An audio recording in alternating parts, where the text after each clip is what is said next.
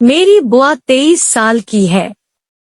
उनका गोरा रंग और सुंदर मुस्कान किसी को भी उनका दीवाना बना दे। मैं खुद उनका दीवाना हो गया। मेरे गांव के 3 लड़के मेरी बुआ को अपना बनाना चाहते हैं और वो मेरी बुआ से कह भी चुके हैं, पर मेरी बुआ ने मना कर दिया। यह बात मुझे मेरे दोस्तों ने बताया। वैसे मेरी बुआ उस तरह की नहीं है, लेकिन मैं उनका दीवाना कब हुआ? जब मैं उनको बाथरूम में नहाते हुए देख लिया। दरअसल मेरी बुआ अंदर नहा रही थी। मुझे नहीं पता था कि बुआ मेरी अंदर है और दरवाजा की कुंडी नहीं लगी थी। मैं अंदर गया तो देखकर दंग रह गया। बुआ मेरी बहुत ही सुंदर लग रही थी। मैं सब कुछ अच्छे से देख पा रहा था। बुआ मुझे देखकर थोड़ा गुस्सा होकर बोली, अरे तुम यहाँ क्या कर रहे हो? मैंने कहा, बुआ मैंने सोचा कोई नहीं होगा और दरवाजा भी बंद नहीं था, इसलिए मैं नहाने आया था। मैं जाने लगा, तभी बुआ बोली, आओ अब साथ में ही नहा लो। मैंने सोचा बुआ को अचानक क्या हो गया? अभी तो गुस्से से बोल रही थी और अब साथ में नहाने के लिए कहने लगी। मैंने कहा, बुआ आप मजाक तो नहीं कर रही हो? बुआ बोली, नहीं राघव, मुझे कोई दिक्कत नहीं है और न ही मैं मजाक कर रही हूँ। अगर नहाना है तो आओ, जल्दी से आकर नहा लो, नहीं तो कोई आ जाएगा। मैंने कहा, ठीक है बुआ। और उस दिन मैं और बुआ साथ में नहाए। उस दिन से बुआ मुझे बहुत अच्छी लगने लगी।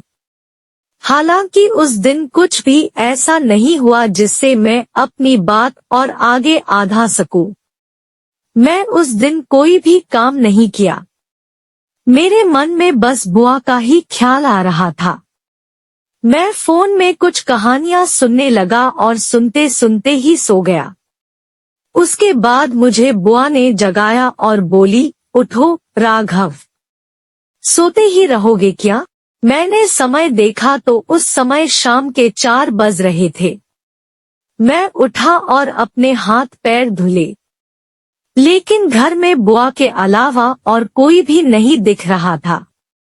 मैंने बुआ से कहा, बुआ घर के बाकी लोग कहाँ गए हैं? बुआ बोली, वो तो पड़ोस के गांव में मेला देखने गए हैं। अभी 1 घंटा पहले ही गए हैं।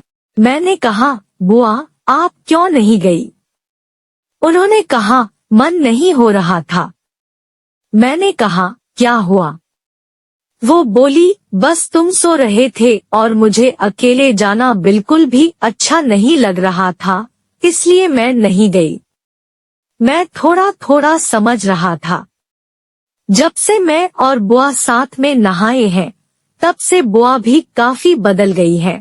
थोड़ी देर बाद बुआ बोली, राघव तुम मेरे साथ कमरे में आओ। मैंने कहा, क्यों बुआ? वो बोली, पहले आओ तो फिर बताती हूँ।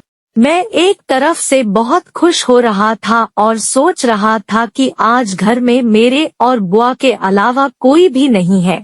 आज बुआ को पीछे से मैं मन में सोच रहा था, तभी बुआ मेरा हाथ पकड़ लेती है और मुझे अपने साथ कमरे में लेकर जाती है और फिर अलमारी से कुछ निकालने लगती है। बुआ के एकदम पास में खड़ा था। बुआ के पीछे मैं खड़ा था और देख रहा था। अलमारी में सामान नीचे रखा था तो बुआ झुककर निकालने लगी। मैंने सोचा यह अच्छा मौका है बुआ के साथ क्रिकेट खेलने का। उसके बाद मैं बुआ को पकड़ लेता हूँ और उनके साथ क्रिकेट खेलने के लिए कहने लगता हूँ। बुआ एकदम से हैरान हो जाती है और कहती है, राघव छोड़ो, कोई देख लेगा तो बहुत दिक्कत होगी। मैंने कहा, कुछ नहीं होगा बुआ। बुआ मुझे बार बार कहती रही कि अभी यह खेल मत खेलो, लेकिन मैं नहीं माना और मैंने भी बुआ को बहुत समझाया। बुआ समझ गई कि मैं अब बुआ को बिना क्रिकेट मैच खेले नहीं छोड़ूंगा। इसलिए बुआ शांत हो गई और बोली, अच्छा ठीक है, लेकिन ये बात किसी से